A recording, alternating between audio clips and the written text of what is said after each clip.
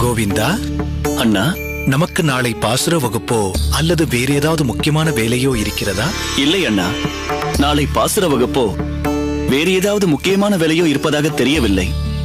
ஏனண்ணா கேட்கிறீர்கள்? ஒன்று செய்வோமா? சொல்லுங்கள். நிச்சயமாக நமக்கு வேறு எந்த முக்கியமான வேலையும் இல்லையே. இல்லை அண்ணா, சொல்லுங்கள். நாளை எப்போதும் எழுந்திருப்பதை விட ஒரு 3 நாழிகை முன்னமே எழுந்து குளித்து அனுஷ்டானங்களை முடித்துக் கொள்வோம். சரி, முடித்துக்கொண்டு புறப்பட போகிறோம். எங்கே? ஒரு பாகவத சிரேஷ்டரை ஆச்சரியப்படுத்தப் போகிறோம். பாகவத சிரேஷ்டரையா? யாரது? சரிதான், நீ யூகித்திருப்பாய் என்று நினைத்தேன். நம் திருக்கச்சி நம்பி சுவாமிகளை அவர் நந்தவனத்தை விட்டு கிளம்புவதற்கு முன் போய் ஆச்சரியப்படுத்தினால் என்ன? செய்யலாம் அண்ணா. நாமும் அவரை பார்த்து ரொம்ப நாட்கள் ஆகிவிட்டது. அண்ணா, எனக்கு இன்னொரு யோசனை கூட தோன்றுகிறது. ஒரு நாள் அவர் காஞ்சியிலிருந்து திரும்ப போகும்போது அவருடனே சென்று நந்தவனத்தில் ஒரு இரவை கழித்தால் எப்படி இருக்கும்? அவரிடம் பேசிக் கொண்டிருந்தால் பொழுது போவதும் தெரியாது. நிறைய சத்விஷயங்களையும் நாம் தெரிந்து கொள்ளலாம். ஆஹா, இது நல்ல யோசனையாகத்தான் இருக்கிறது. இந்த யோசனைப்படி ஒரு நாள் போவோமா, அல்லது தங்கள் யோசனைப்படி நாளையே போய்விட்டு வருவோமா? நாளை என் யோசனைப்படி, இன்னொரு நாள் உன் யோசனைப்படி. சரியா? சரி அண்ணா. ஓ, இங்கே இருக்கிறீர்களா? நான் உள்ளே எல்லாம் உங்களை தேடிக்கொண்டிருக்கிறேன். என்ன வேண்டும் பிரியம்மா? எதற்கு எங்களை தேடிக்கொண்டிருந்தீர்கள்? உன் பெரியப்பாவை இன்னும் காணோமே. காலையிலேயே வெளியே போனவர் இன்னும் வரவில்லையே. எங்கே போயிருக்கிறார், என்ன விஷயம் என்று உங்களுக்கு தெரியுமா என்றும் கேட்கலாம் என்றும் தான் வந்தேன். கோயிலுக்கு போயிருக்கிறார் அம்மா. கதிரேசன் கோயிலில் வேலை செய்து கொண்டிருக்கிறான் அல்லவா?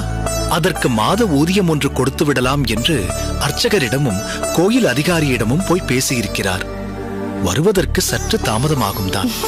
பார்த்தாயா, நான் அன்று கதிரேசனை பற்றி ஏதோ சொல்லி வைப்போம் என்றுதான் சொன்னேன். இன்று அவன் உன்னிடம் பாசுரம் கற்றுக்கொண்டு கோவில் பணிகளை செய்து கொண்டு புனிதாவுக்கு ஒரு நல்ல கணவனாக இருக்கிறான். எல்லாவற்றிற்கும் அண்ணாதான் காரணம். நிச்சயமாக நான் காரணமே இல்லை.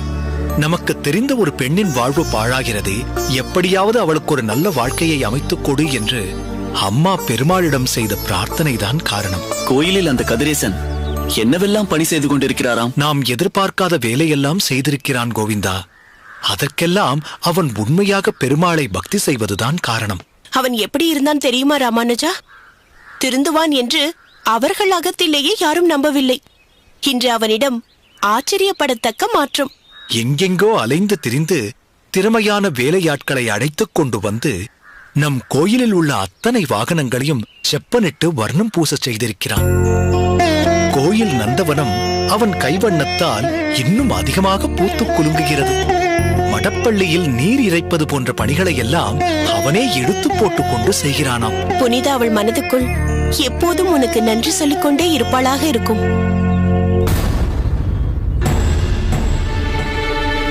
கோவிந்தா, அவர் கோரேசனின் கணக்கு பிள்ளைதானே? ஆமாம் அண்ணா.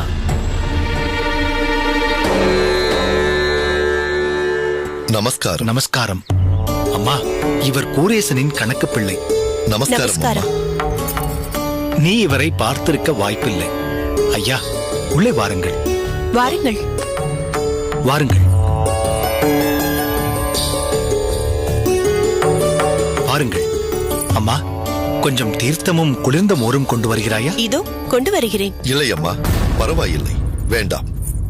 தங்களிடம் ஒரு முக்கியமான தகவலை சொல்லி தங்களை கையோடு அழைத்து போகலாம் என்று தான் வந்தேன்.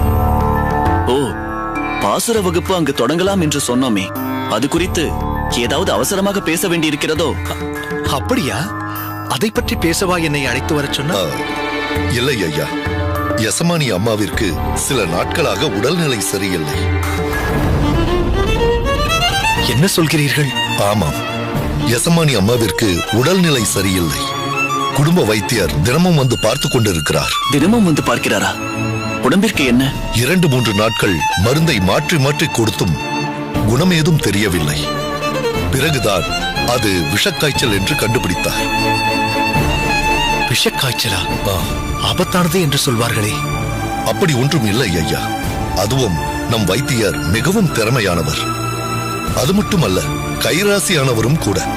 அதனால் யசமானி அம்மாவின் உடல்நிலை குறித்து பெரிதாக கவலை கொள்ள தேவையில்லை. அப்படியானால் சந்தோஷம்தான். சரி, கோரேசர் எதற்காக என்னை கையோடு அழைத்து வரச் சொன்னார்? சின்ன யசமான் தங்களை அழைத்து வர சொல்லவில்லை. யசமானி அம்மா தான் தங்களை பார்க்க வேண்டும் போல் இருக்கிறது என்று சின்ன யசமானை போக சொன்னார்கள். அதனால் தங்களை அழைத்து வர அவரே கிளம்ப இருந்தார். நான் தான் அவரை தடுத்து, நீங்கள் யசமானி அம்மாவின் பக்கத்திலேயே இருங்கள், நான் சென்று ராமானுஜர் ஐயாவை அழைத்து வருகிறேன் என்று சொல்லிவிட்டு ஓடோடி வந்தேன். கோரேசர் தந்தைக்கு நீங்கள் இங்கு வந்தது தெரியுமா? அவரிடம் சொல்லிக் கொண்டுதானே இங்கே வந்தீர்கள்? இல்லை ஐயா, பெரிய யசமான் ஊரில் இல்லை. அதனால்தான் சின்ன யசமானரை யசமானி அம்மாவின் கூடவே இருக்க சொல்லிவிட்டு நான் கிளம்பி உங்களை அழைத்து போக வந்தேன். உண்மையிலேயே கவலைப்படும்படி ஒன்றுமில்லையே? அல்லது கோரேசர் அப்படி சொல்லச் சொன்னாரா? இல்லை ஐயா, அப்படியெல்லாம் இல்லை. சரி, அடியேன் இப்போதே கிளம்பி உங்களுடன் வருகிறேன். அண்ணா, நானும் கூட வருகிறேன் அண்ணா. சரி வா.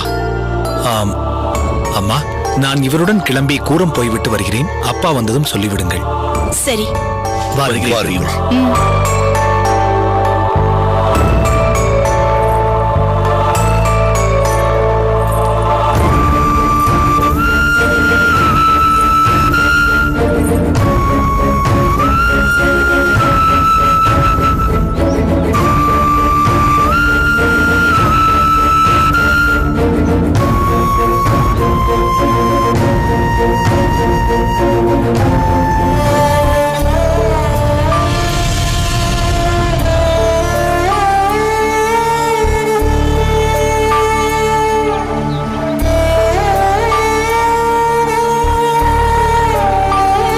கோரேசா, வாருங்கள் ராமானுஜரை, வாருங்கள்.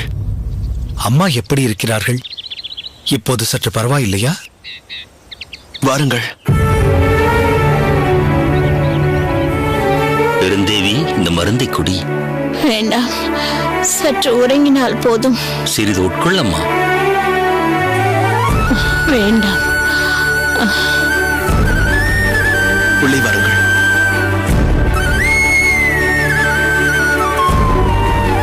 வாராமானுஜா. நமஸ்காரம். இப்போது காய்ச்சல் சற்று மட்டுப்பட்டிருக்கிறதா? அப்படியேதான் இருக்கிறது. அம்மா, ராமானுஜர் வந்திருக்கிறார் அம்மா.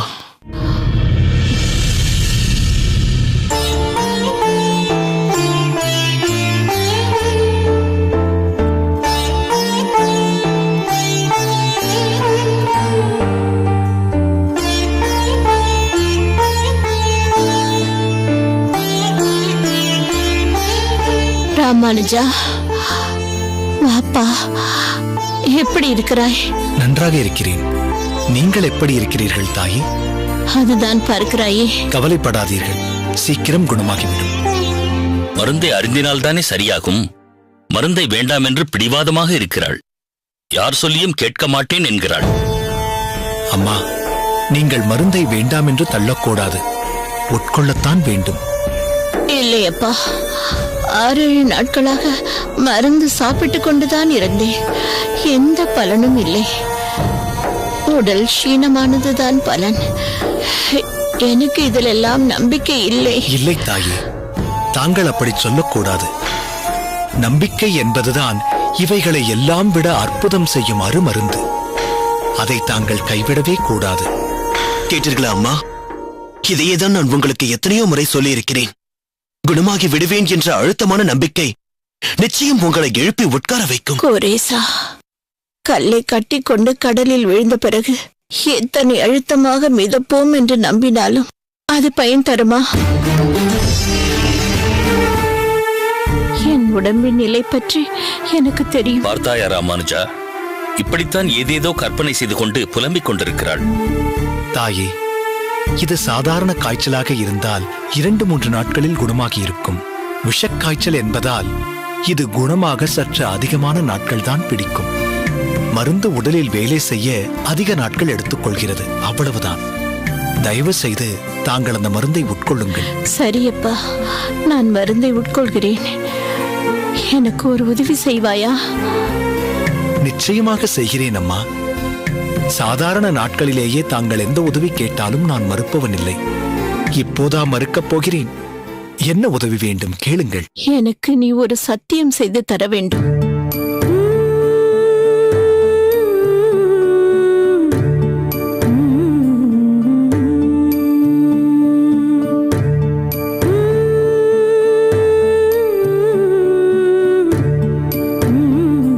சத்தியமா?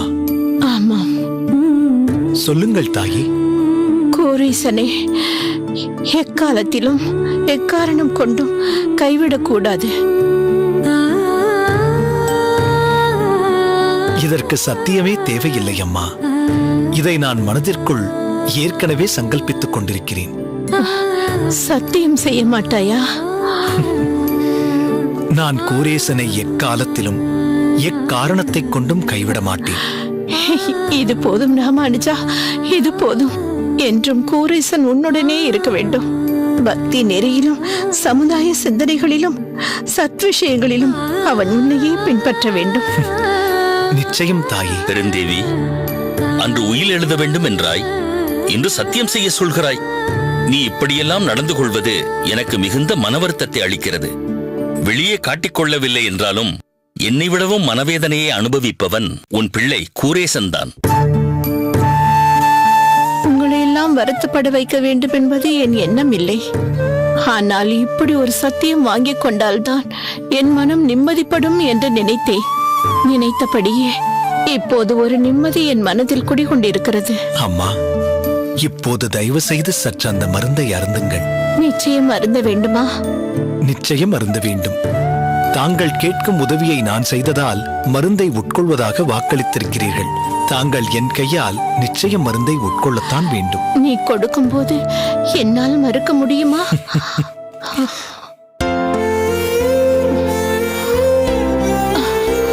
மெதுவாக.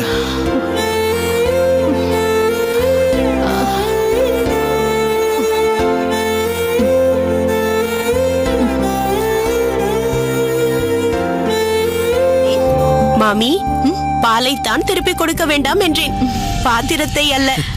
ஆமாம் மாமி, பாத்திரத்தை கொடுத்து விடுங்கள். பெண்கள் எதை வேண்டுமானாலும் விட்டுக் கொடுப்பார்கள், ஆனால் பாத்திரத்தை மட்டும் விட்டுக் கொடுக்கவே மாட்டார்கள். அதற்கு காரணம் இருக்கிறது ராமானுஜா. இப்போது திடீரென்று மாமி ஒரு பொருளை கேட்டார்கள், உடனே கொடுத்து விட்டேன். அதற்கு பாத்திரம் தானே பயன்பட்டது. அதற்கு தான் பெண்கள் பாத்திரத்தை விட்டுக் கொடுக்க மாட்டார்கள். அடியேன் விளையாட்டாக சொன்னேன் அம்மா. சரி காந்திமதி, நான் வருகிறேன். வாருங்கள் மாமி. ராமானுஜா, என்ன ஆயிற்றாம்? குரேசனின் அம்மா இப்போது எப்படி இருக்கிறார்கள்? விஷக்காய்ச்சல் தானாம். சற்று கடுமையாகத்தான் இருக்கிறது. எல்லோருமே சற்று சோகமாகத்தான் அகத்திற்குள் வளைய வந்து கொண்டிருக்கிறார்கள். வீடே களையிழந்துதான் காணப்படுகிறது. மிகவும் திறமையான வைத்தியர் என்று சொன்னாரே அந்த கணக்கு பிள்ளை, அப்படியுமா இன்னும் குணமாகவில்லை? வைத்தியர் என்னமோ இன்னும் 2 நாட்களில் குணமாகிவிடும் என்று நம்பிக்கையோடு தான் இருக்கிறார். குரேசன் எப்படி இருக்கிறான்? அவனுக்கும் உள்ளுக்குள் ஒரு வருத்தம் இருக்கத்தான் இருக்கிறது. ஆனால் அதை வெளிக்காட்டிக் கொள்ளாமல் பக்குவமாக நடந்து கொள்கிறான். சரிதான். அம்மா மீது இருக்கும் பரிவையும் பாசத்தையும் வெளிக்காட்டாமல் உள்ளுக்குள்ளேயே அழுத்தி வைத்துக் கொண்டிருப்பது பக்குவமா? நாளைக்கே எனக்கே உடல்நிலை சரியில்லாமல் போனாலும் நீயும் இப்படித்தான் பக்குவமாக நடந்து கொள்வாயோ? அம்மா, எதற்காக நீ இப்படி வீண் கற்பனை செய்து கொள்கிறாய்? அடியேன் கோரேசனின் பற்றற்ற நிலையைச் சொன்னேன், அவ்வளவுதான். அதற்காக அம்மாவின் மீது கோரேசனுக்கு பாசம் இல்லை என்று அர்த்தமில்லை. பெரியம்மா, வீணாக கவலைப்படாதீர்கள். வயது ஆக ஆக சிலருக்கு இப்படி ஒரு பக்குவம் வந்துவிடும். கூரேசனின் தந்தையும் கூட சற்று கவலையுடன் காணப்பட்டாரே தவிர தன் வருத்தத்தை பெரிதாக வெளிக்காட்டவில்லை. எனக்கும் கூட தான் வயதாகிக் கொண்டிருக்கிறது. அன்று இரவு முழுவதும் ராமானுஜன் அகத்திற்கு வரவில்லையே என்று என் வருத்தத்தை வெளியே காட்டாமல் மனதிற்குள்ளேயே அழுத்தி வைத்துக் கொண்டாயிருந்தேன். பாசம் நெஞ்சில் நிறைந்திருக்கும் போது பக்குவத்திற்கெல்லாம் அங்கே இடம் இல்லை. இல்லை பெரியம்மா, நீங்கள் நினைப்பது தவறு. ராமானுஜர் அண்ணா உங்கள் மேல் எவ்வளவு பாசம் வைத்திருக்கிறார் என்பதை நான் அறிவேன். அதேபோல் பெரியப்பாவும் உங்கள் மேல் உயிரையே வைத்திருக்கிறார். அதை அவர்கள் அனைவருக்கும் தெரியும்படி வெளியே காட்டுவதில்லை. சொல்லப்போனால் அப்படி வெளிப்படையாக அன்பையும் பாசத்தையும் காட்டுபவர்கள் மேல் சற்று சந்தேகம் கூட வருகிறது. ஒருவேளை அது போலியான பாசமோ என்று. இல்லை கோவிந்தா, ஒரு பெண்ணின் முக்கியமாக ஒரு தாயின் மனதை ஆண்களால் புரிந்து கொள்ள முடியாது.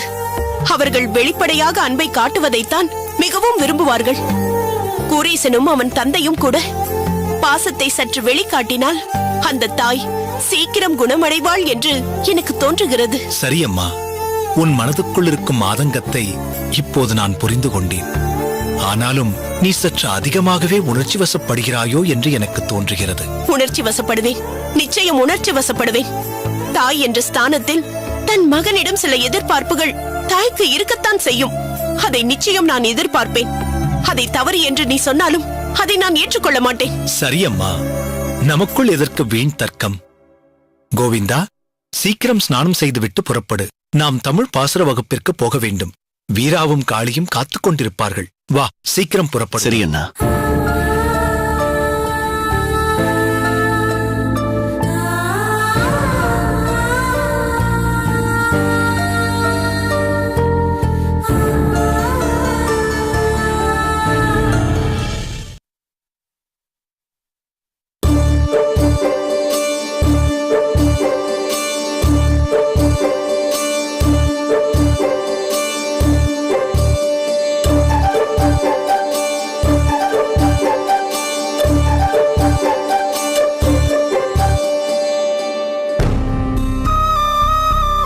என்னடா கோவிந்தா, பரிசேஷனம் கூட செய்யாமல் இலையை முறைத்துக் கொண்டு உட்கார்ந்து கொண்டிருக்கிறாய்? பெரியம்மா கையால் சாப்பிட்டு சாப்பிட்டு அம்மாவின் கைமணம் பிடிக்காமல் போய்விட்டதா கோவிந்தா? உனக்கு பிடித்த தேங்காய் துவையலை தானே அரைத்திருக்கிறேன். அதை மட்டும் பரிமாறி இருந்தால் பரவாயில்லை. எனக்கு பிடிக்காத கொத்தவரங்காவையும் பரிமாறி இருக்கிறீர்கள். அதை எப்படி சாப்பிடுவேன்? வயது பையன், இது எல்லாம் சாப்பிட முடியாதா உன்னால்? பக்கத்தில் உன் அப்பாவை பார். ஆமாம் ஆமாம், ஒவ்வொன்றையும் 2 தடவை கேட்டு வாங்கி கொண்டு சாப்பிட்டு விட்டேன். நீ இன்னும் முதல் சுற்றியே ஆரம்பிக்கவில்லையே. பெரிய பிராட்டி, அந்த கொத்தவரங்காயை இது 3வது தடவை. இதில் வேறு உப்பு குறைச்சலாக இருக்கிறது என்று ஒரு குறை வேறு. அம்மா, இனிமேல் எனக்கு அப்பாவோடு இலையே போடாதீர்கள். போடா நீ. இவர் பிள்ளை என்று சொல்வதற்கே எனக்கு வெட்கமாக இருக்கிறது. இலையின் முன்னால் மலங்க மலங்க முழித்துக் கொண்டிருக்கிறாயே. இவ்வளவு நேரம் எல்லாம் வயிற்றிற்குள் போயிருக்க வேண்டாமோ? ஒன்று செய்யலாம். பேசாமல் நான் அவன் பிள்ளை, அவன் என் அப்பாவென்று சொல்லிவிடலாம். பக்கத்தில் பக்கத்தில் நின்றால் அண்ணன் தம்பி போல் தானே தெரிகிறோம். வெட்கக்கேடு. அடடா, போதுமே. வேண்டுமென்றால் நீங்கள் அவனின் கைக்குழந்தை என்று கூட சொல்லிக் கொள்ளுங்களேன். கோவிந்தா, இப்பொழுது நீ சாப்பிட போகிறாயா இல்லையா? சாப்பிடுகிறேன். ஒன்று செய்யுங்கள். அந்த தேங்காய் துவையலை மட்டும் வையுங்கள். இதை எடுத்து விடுங்கள்.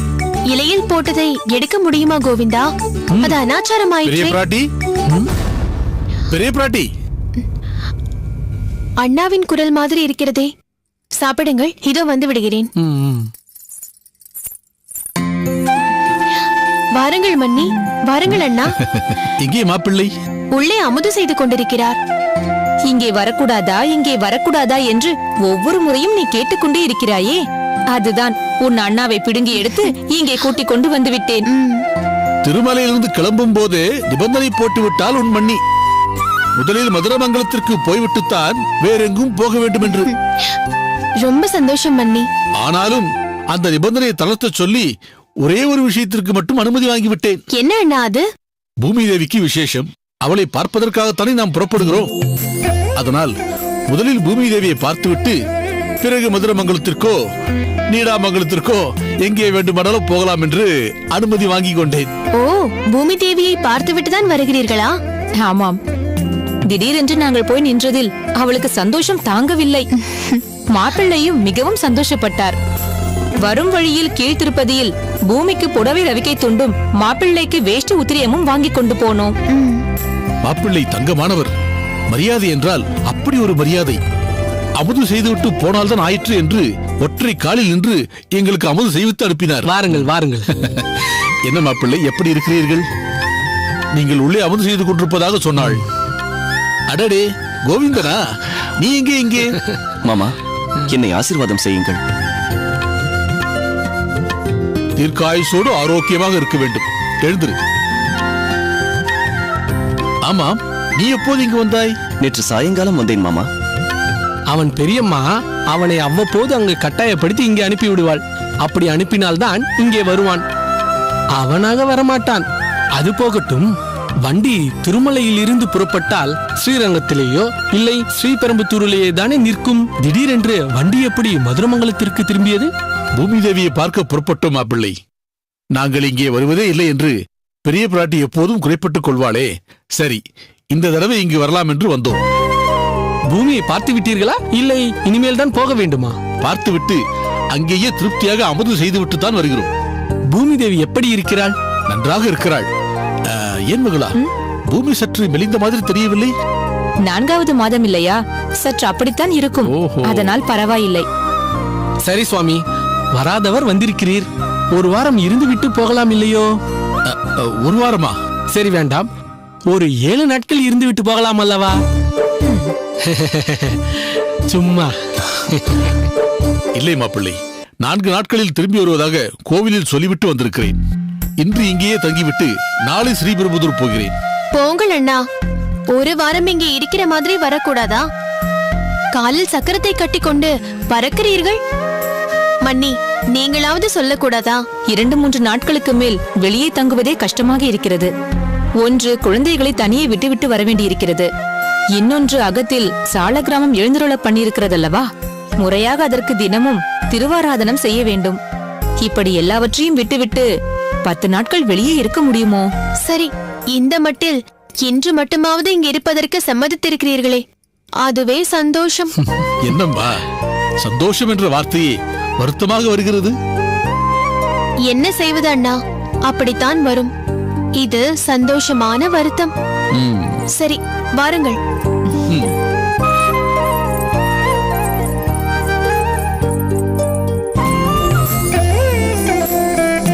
நமஸ்காரம். நமஸ்காரம். வாருங்கள் பட்டரே. என்னடி இது, இப்படி திடுதிப்பென்று வந்து ஆச்சரியப்படுத்துகிறாய்? மழை வந்துவிட போகிறதடி. என்னது, மழையா? வேண்டாம் அம்மா, வேண்டாம். பெய்த மழையில் இருந்தே நம் ஊர் இன்னும் மீளவில்லை, அதற்குள் மழை வேண்டுமா? இன்னும் 1 வருட காலத்திற்கு நம் ஊருக்கு மழையே வேண்டாம். என்ன செய்வது பட்டரே, இயற்கைக்கு நாம் கட்டுப்பட்டவர்கள். இயற்கையை நாம் கட்டுப்படுத்த நினைத்தால் இப்படி பேரழிவுகள் ஏற்படத்தான் செய்யும். உண்மைதான். இவள் அண்ணாவும் மன்னியும் மதுரமங்கலத்தில் எங்கள் அகத்தில் இருந்து கிளம்பின போதே நானும் இவர்களோடு அக்காகத்திற்கு போகிறேன் என்று குதித்தால், நான் தான் இழுத்து பிடித்து அடக்கி வைத்திருந்தேன். அண்ணாவோடும் மன்னியோடும் வந்திருந்தால் என்று வைத்துக் கொள்ளுங்கள், உங்கள் அகமே திமிலோகப்பட்டு இருக்கும். அதனால் என்ன, சொந்தங்களும் பந்தங்களும் ஒன்றாக இருப்பது மகிழ்ச்சிதானே? அதுவும் காந்திமதி அகத்தில் பல பூஜைகளை ஏற்பாடு செய்திருக்கும் இவ்வேளையில் பெரிய பிராட்டி இங்கு வந்திருப்பது காந்திமதிக்கு மிகவும் ஒத்தாசையாக இருக்கும். அப்படியா அக்கா? ஆமாமடி, நாளை துளசி பூஜை, அடுத்த நாள் அகத்தில் விஷ்ணு புராணம் பாராயணம், அதற்கு அடுத்த நாள் கோவிலில் பெருமாளுக்கு கல்யாண உற்சவம். என்னக்கா திடீரென்று விசேஷம்? விசேஷம்தான், பெரிய விசேஷம். பூமி தேவிக்கு வளைகாப்பு செய்ய போகிறாயா? அதற்கு இன்னும் நாட்கள் இருக்கிறதடி. இது அதையெல்லாம் விட பெரிய விசேஷம். அதையெல்லாம் விட பெரியதா? என்னக்கா அது? ராமானுஜன் திருமணத்திற்கு ஒப்புக்கொண்டு விட்டான்.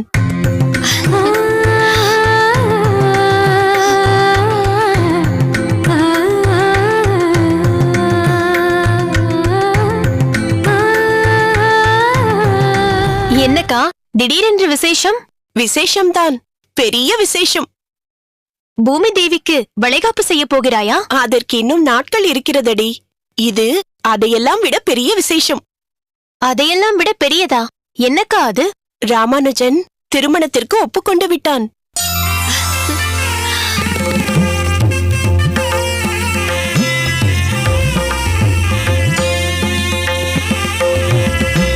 என்னக்கா சொல்கிறாய்? என்னால் நம்பவே முடியவில்லையே. ராமானுஜன் திருமணத்திற்கு ஒத்துக்கொண்டு விட்டானா? உண்மையாகவா சொல்கிறாய்? பிறகு விளையாட்டிற்கு கூட சொல்வேனா என்ன? உண்மையாகத்தான் சொல்கிறேன். அதற்காகத்தான் இவ்வளவு பூஜைகளும். எனக்கு தான் இரட்டிப்பு சந்தோஷம். அது என்னடி உனக்கு இரட்டிப்பு சந்தோஷம்? ராமானுஜன் திருமணம் வேண்டாம் என்று சொல்ல சொல்ல எனக்கு தான் வயிற்றில் புளியை கரைத்து கொண்டிருந்தது. என்னடி சொல்கிறாய்? ஆமாம் அக்கா, கோவிந்தன் ராமானுஜனின் அடிகளை சற்று கூட பிறழாமல் பின்பற்றுபவன். ராமானுஜன் திருமணம் வேண்டாம் என்று சொன்னால் கோவிந்தன் மட்டும் அதற்கு எதிர்மாறாக நடப்பானா என்ன? இப்போதுதான் எனக்கு குளிர் விட்டது. எப்போது ராமானுஜன் திருமணத்திற்கு சம்மதித்து விட்டானோ தம்பி ஆண்டாரும் எனக்கு திருமணம் வேண்டாம் என்று சொல்ல மாட்டான். நீ சரியாகத்தான் யோசித்திருக்கிறாய் பெரிய பிராட்டி. இப்படி ஒரு ஆபத்து இருக்கிறது என்று நான் கூட இதுவரை யோசித்ததில்லை. இனிமேல் என்ன, வந்த ஆபத்து தான் இப்பொழுது விலகி போய்விட்டதே. நானும் தான் நீண்ட நாட்களாக என்னடா இந்த வாழ்க்கை உப்பு சப்பு இல்லாமல் போய்க் கொண்டிருக்கிறதே என்று எண்ணிக்கொண்டிருந்தேன். அப்பாடா, இப்பொழுதுதான் மனதிற்கு சற்று ஆறுதலாக இருக்கிறது. ஒரு கல்யாணம் காத்தி என்று வந்தால் தானே விருந்து மருந்து என்று எதையாவது சாப்பிட்டுக் கொண்டிருக்கலாம். பார்க்காத 4 உறவினர்களை பார்த்து வாய் நிறைய தாம்பலம் இட்டு அரட்டை அடித்துக் கொண்டிருக்கலாம். இதெல்லாம் தானே நம் வாழ்க்கையின் சுவாரஸ்யங்கள். உண்மைதான் பட்டரே. ஏன தம்பி, ராமானுஜனுக்கு என்று ஏதாவது பெண்ணை மனதில் வைத்திருக்கிறீர்களா? நானா? இல்லை, எனக்கு அப்படியெல்லாம் யாரும் மனதில் இல்லை. உன் அக்காதான் இந்த கல்யாணத்தில் மிகவும் தீவிரமாக இருந்தாள். அவளுக்கு அப்படி யாராவது மனதில் இருக்கக்கூடும். முன்பு திருமலை நம்பி சுவாமிகள் திருமலையிலேயே அவர் நண்பரின் பெண் ஒருத்தி இருப்பதாக சொன்னாரே, அந்த பெண்ணையை பார்த்து விடுவோமா? இல்லை இல்லை, இதில் நான் தலையிடுவதாகவே இல்லை. காந்திமதி என்ன விருப்பப்படுகிறாளோ அதுதான் நடக்கும். என்னக்கா, நீ ராமானுஜனுக்காக யாராவது பெண்ணை மனதில் வைத்திருக்கிறாயா? நிச்சயம் வைத்திருக்கிறேன். யாரக்கா? எனக்கு தெரிந்த பெண்ணா? உனக்கு என்ன, இங்கே எல்லோருக்கும் தெரிந்த பெண்தான். யாரக்கா அது? தஞ்சமாம்பாள்.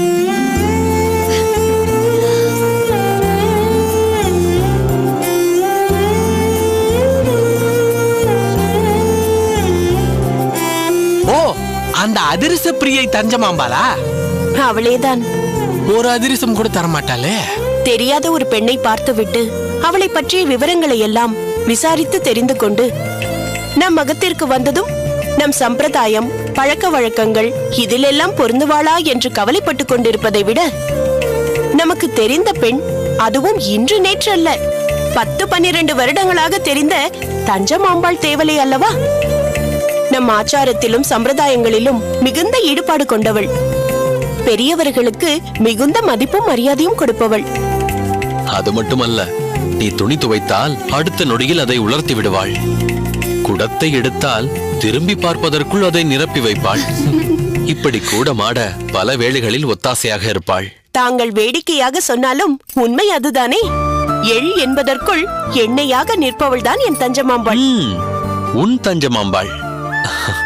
சரி, உன் விருப்பப்படி அவளையே ராமானுஜனுக்கு பார்த்து விடுவோம்.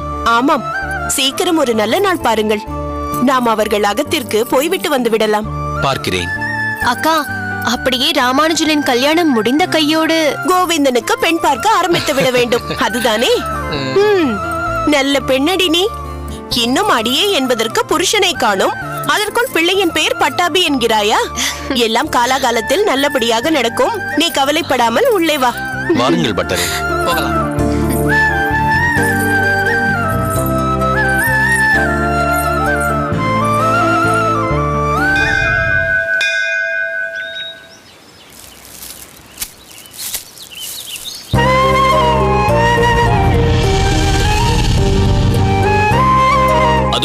கோவிந்தன் அங்கே இருக்கிறான். ஆமாம், வழக்கமாக நாம் சந்திக்கும் இடத்தில் இல்லாமல் இங்கு என்ன செய்து கொண்டிருக்கிறான்? வா, போய் பார்ப்போம்.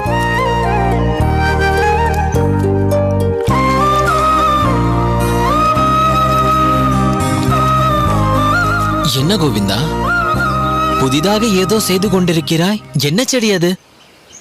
ரோஜாவா அல்லது செம்பருத்தியா? இரண்டும் இல்லை, இது புன்னை மரம். சரி, மரம் நடுவது நல்ல விஷயம்தான். ஆனால் இதை பராமரிக்க வேண்டுமே. ஒரு குறிப்பிட்ட காலம் வரை மெனக்கிட வேண்டுமே. வேண்டாம், பராமரிப்பு அதிகம் தேவைப்படாத மரம் இது. வேகமாகவும் வளரக்கூடியது.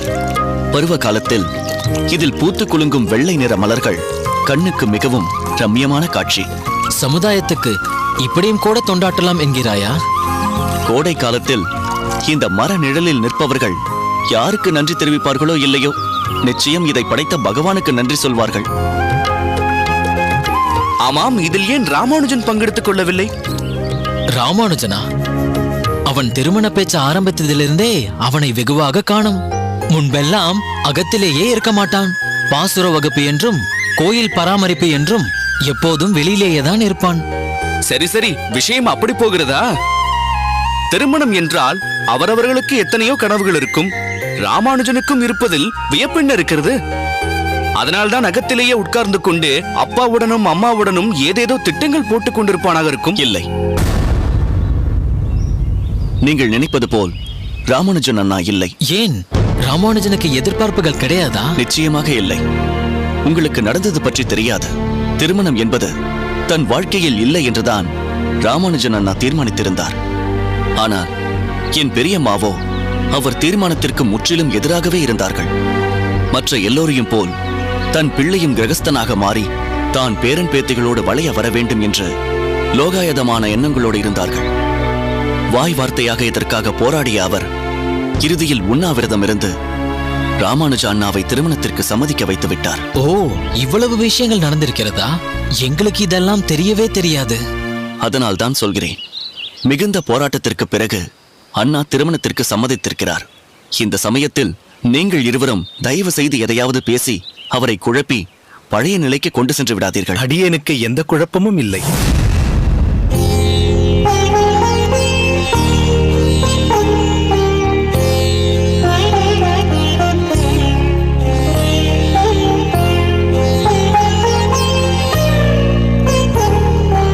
ஆமாம் கோவிந்தா, அடியேனுக்கு எந்த குழப்பமும் இல்லை.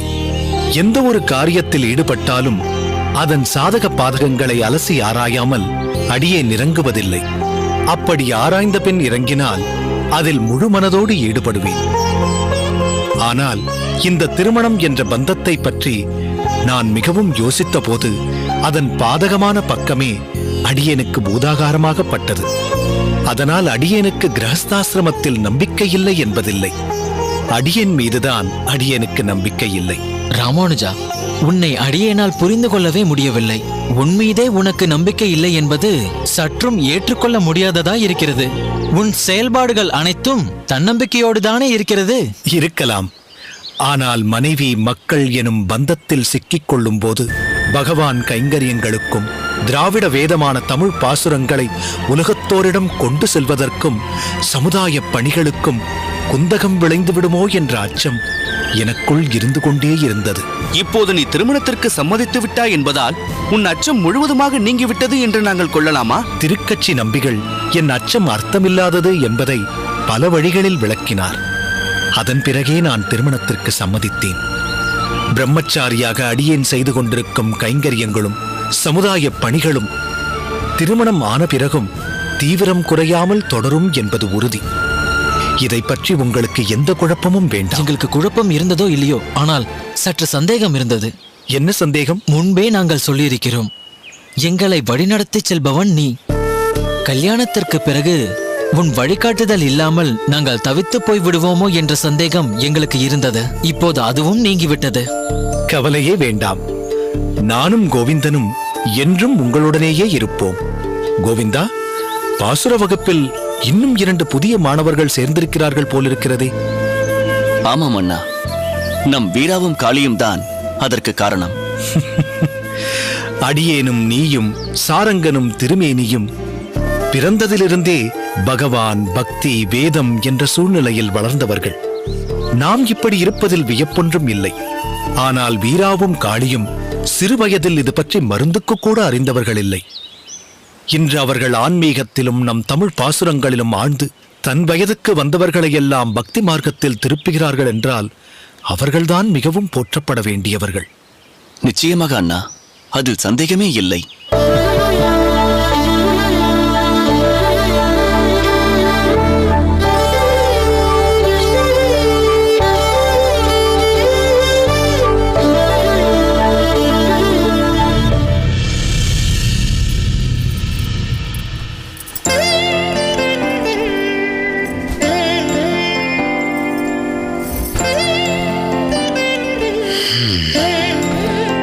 என்ன காந்திமதி இது?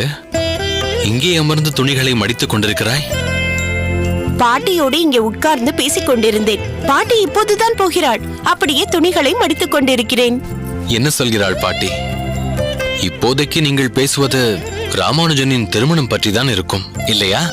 ஆமாம், பாட்டிக்கு மிகவும் சந்தோஷம். வாய்க்கு வாய் தஞ்சமாம்பாளையே பார்த்து விடும்படி சொல்லிக் கொண்டிருக்கிறாள். தப்பி தவறி உனக்கு தஞ்சமாம்பாளை தவிர வேறு யாராவது மாற்று பெண்ணாக வந்துவிட்டால் பாட்டிதான் மிகவும் வருத்தப்படுவாள் போல் இருக்கிறதே. எதற்காக எனக்கு வேறு யாரோ மாற்று பெண்ணாக வர வேண்டும்? ராமானுஜனுக்கு அகத்துக்காரியாகவும் நமக்கு மாற்று பெண்ணாகவும் தஞ்சமாம்பாளை போல் வேறு யாருமே அமைய முடியாது. சரி சரி, ஒரு பேச்சுக்குத்தான் சொன்னேன். எனக்கு என்னவோ பேச்சுக்கு கூட அப்படி சொல்ல வேண்டாம் என்று தோன்றுகிறது. சரி, சொல்லவில்லை. நாளை அவர்கள் அகத்திற்கு போவது நிச்சயம்தானே? நேரம் காலம் எல்லாம் சரியாக இருக்கிறதல்லவா? எல்லாம் ஒரு முறைக்கு இருமுறை பார்த்தாகிவிட்டது. நாளை நாம் நிச்சயமாக போகிறோம். சரி காந்திமதி, ஒன்று கேட்கிறேன். உனக்கும் எனக்கும் எல்லோருக்கும் தஞ்சமாம்பாளை பிடித்திருக்கிறது. ராமானுஜனும் தஞ்சமாம்பாளை பார்த்திருக்கிறான். அவனுக்கு பிடித்திருக்கிறதா என்று இதுவரை நீ அவனிடம் கேட்டாயோ? எதற்கு கேட்க வேண்டும்? என்னை நன்றாக அவன் புரிந்து கொண்டு விட்டான். நான் கிழித்த கோட்டை அவன் தாண்டவே மாட்டான். அதுவும் இல்லாமல் தஞ்சமாம்பாளை பற்றி அவனிடம் கேட்க என்ன இருக்கிறது? அவளுக்கு என்ன குறை? சர்வ லட்சணமும் பொருந்தி சாட்சாத் ஆண்டாள் மாதிரியே இருக்கிறாள். அவளை கல்யாணம் பண்ணிக்கொள்ள கசக்குமா என்ன? சரி, தஞ்சமாம்பாள் அகத்தில் ஆறாவமுதனும் அவர் அகத்துக்காரியும் என்ன எண்ணிக்கொண்டிருக்கிறார்களோ நமக்கு என்ன தெரியும்? ராமானுஜனை மாப்பிள்ளையாக ஏற்றுக்கொள்ள அவர்களுக்கு எந்த ஆட்சேபனையும் இருக்க முடியாது. நிச்சயம் இருக்கவும் இருக்காது. ராமானுஜனை பற்றி நிறைய சொல்லலாமே தவிர குறையாய் ஒரு குந்துமணி கூட சொல்ல முடியாது. ஜோசியர் என்று சொன்னாரே, தங்களுக்கு அது நினைவிருக்கிறதா? அவனுக்கு அம்சயோகம் இருக்கிறதாம். அன்பும் நற்குணமும் நிறைந்திருக்கும் இந்த ஜாதகன் யாரையும் தன் வசம் கவர்பவனாகவும் சகல கலா வல்லவனாகவும் இருப்பானாம். என்ன, இன்று மிகவும் தாமதமாக வருகிறீர்களே? அமுது செய்ய வேண்டாமா? பசிக்கவில்லையா? அகத்திற்கு வரும் வழியில் பாரம் ஏற்றிச் செல்லும் மாட்டு வண்டி ஒன்று விபத்துக்குள்ளாகிவிட்டது. அச்சுமுறிந்து சக்கரம் விழுந்ததில் மாடுகளுக்கும் காயம் ஏற்பட்டுவிட்டது. கால்நடை மருத்துவரை கூப்பிட்டு வந்து மாடுகளுக்கு வைத்தியம் பார்த்ததில் சற்று தாமதமாகிவிட்டது. அடடா, அப்படியா? மாடுகளுக்கு ஆபத்தொன்றும் இல்லையே? இல்லை பிரியமா, அவைகள் நன்றாக இருக்கின்றன. சரி, இருவரும் உள்ளே சென்று கை கால் அலம்பிக் கொண்டு அமுது செய்ய உட்காருங்கள். சரி. ராமானுஜா, நீ சற்று இரு.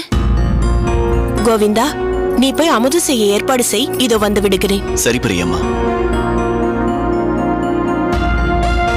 சொல்லுங்கள் அம்மா. நாளை உனக்கு பெண் பார்க்க போவதாக இருக்கிறோம். சரி. சரியா?